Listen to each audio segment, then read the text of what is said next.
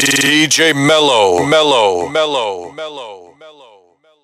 Yeah, you know what it is. Hot97.com and FlexWeTrust.com. This is 50.com, so you know who I'm getting ready to talk to.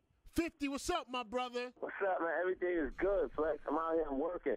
Listen, man. So, look, we just put a picture on the blog of you speaking at the UN.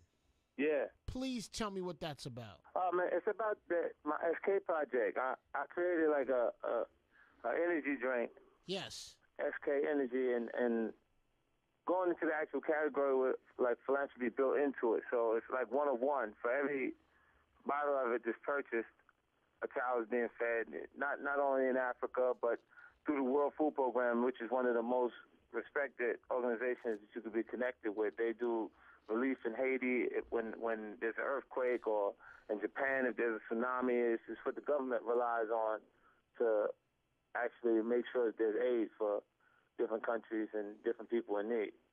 Let me tell you something. It's an amazing thing you're doing, my brother. Amazing, man. It's an amazing thing. I mean, it's been a hell of a journey for me. Like I've been able to absorb a lot of new information. I got you.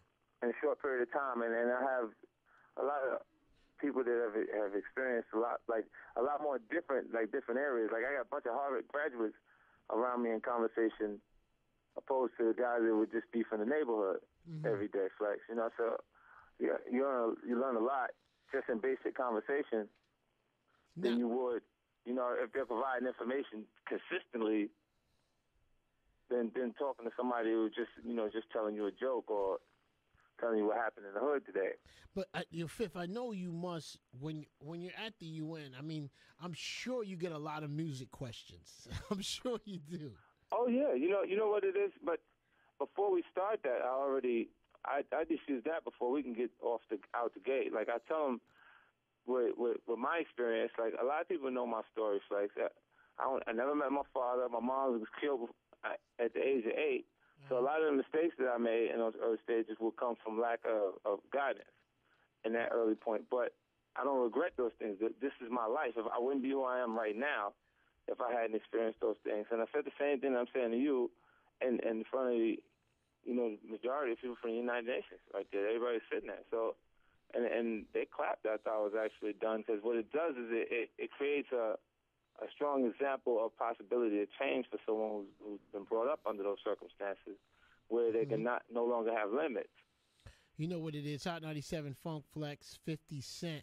Now, Fifth, I mean, I got so much to ask you about. First of all, you were at the Mayweather fight. Right. Fam, you was looking so crazy and so, in tune to the action in the ring, my brother. Yeah. Because what's crazy, Flex, let me tell you something.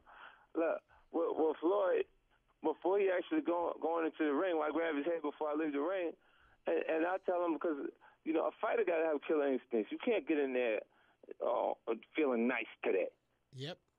You see what I'm saying? And if you don't go, and I put his head in the right space and conversation, just before I get out there, last thing I say to him, to get him focused, because like Ortiz is a good guy. Like in person, you talk to him, you'll feel like he's trying to be like a nice guy to you. You see what I'm saying? Like there's not a problem. But you just said trying.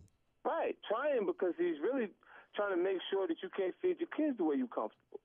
Okay. If he land a hook on you, you know what I'm saying? Like there you go. Wow. Now you got whole new obstacles in front of you. So I'm telling him, kill him.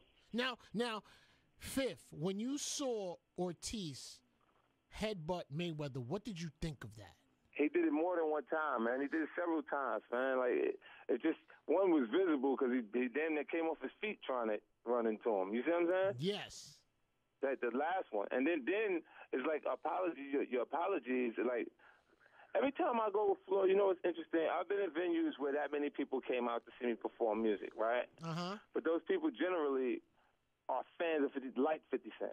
Got you. Now, when we go, every time we come out into the arena, they boo us. It's Mexico out there. The last time me and the De La Hoya fight, it was Cinco de Mayo. There was nothing but Mexicans in it. when you know what I'm saying. What's interesting is Floyd is a part of pop culture. He is our Muhammad Ali. He's that guy that, for right now, for this time period, that on the fighter end, it is completely in tune with everything that's going on in the culture. This is why when you look at 24/7, you'll see all kind of artists popping up just to say what's up. Fifth, let me tell you something. I was not a full Mayweather fan, like fully, until this fight, because I feel like I understand him a little better. Like, and I'm gonna go out on a limb on the Pac-Man comment, but yo, he gets in there by the first, second, third round. He's taking a couple blows and a couple things, and people get confused. But he's really feeling out that fighter to see what he got. It ain't gonna take. Look, he got 7 minutes, right? He got 7 minutes to do something. And then impressive. And then after that, he takes over the fight. But he doesn't do it the same way every fight. It's a different tactic he uses each fight. Yeah, because Floyd don't need a particular game plan. It's instincts. You can't make another look. We can sit there and get a fighter in there and train him to throw the punches the right way from the beginning, and he's not instinctively going to do everything that Floyd does the same way. You know what I'm saying? Like, even his daddy, like, he had issues with his pops because his pops would like to live vicariously through him on some levels. He didn't achieve the same success. Now, what did you think, Fifth? Were you in the area when Larry Merchant and Mayweather had that run? Right there. I'm standing right there. And then, but he never gives him a fair shot on his performance. Whoever they beat, they say, oh, he was washed up when you beat him. And then Dingo send the same person he just beat to Pacquiao. Mm-hmm. You realize everybody that they say that Floyd needs to fight next is under his previous promoter? Got you. Like, now that he's not sharing the money because he's taking 100% of the money. You see what I'm saying? Everybody that's around Floyd is an employee. They're employed to him, but the money, the check itself is cut to Floyd. And that's that. No middleman. That's it. We go straight to the bank. Now, so now I heard you bet on the fight, and you made a hefty trip to the bank. I was just hearing it grapevine. Yeah, well, they go send that W9. They send that W9, so I'm gonna chill with that. So it's Hot 97, Funk Flex, Hot97.com, and FlexWeTrust.com. Now, Fifth. Now listen, I'm gonna tell you what I heard about you. I heard you was instigating this situation between Fabulous and Ray J. Okay. Yeah, now wait, Fifth. Let me give you what it is right now. I'm gonna tell you so you know what the playing field is you're dealing with. Ray J is out here saying he clocked Fab ridiculously in front of you, swung a haymaker, and left a mark on his face. Fab is saying there was nothing of the sort that happened. He was never touched. Only one of these stories can be true, Fifth. Right. And I want to know what happened. I want to know where you were. You know what happened? So look, we came back, like we came there, me and Floyd, we drove through there, and we had a bunch of people with us because we just came, like everybody stayed at the house the night after the fight. So we came down to the Palms. Brady was already staying at the Palms. So Fab and we sat on the side of the stage and we watched Jada and Styles do their joint, and because people were just really coming in the actual show, I told his production people came to turn the lights off in the house. Who's this? Who's production people? Jada and Styles crew. I told them to turn the lights off in the house so they perform to their regular standards, because when you look at the crowd and ain't nobody moving, you don't move. Got you.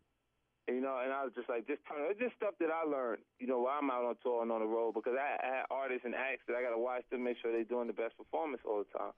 So I just told him that, and then he fixed it. We sat there, watched their whole show, and then we left because we knew they had to come off the stage, and that's where we was at. Gotcha. So we went to the actual hallway, and then Styles and Jada came off. We got a chance to kick it for a few minutes. They went in the dressing room.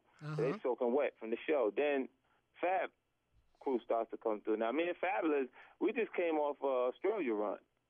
I took them. It was me, Fab, and Lil' Kim. on Australia run. So I would see them while we was traveling. So Fab just comes in the club.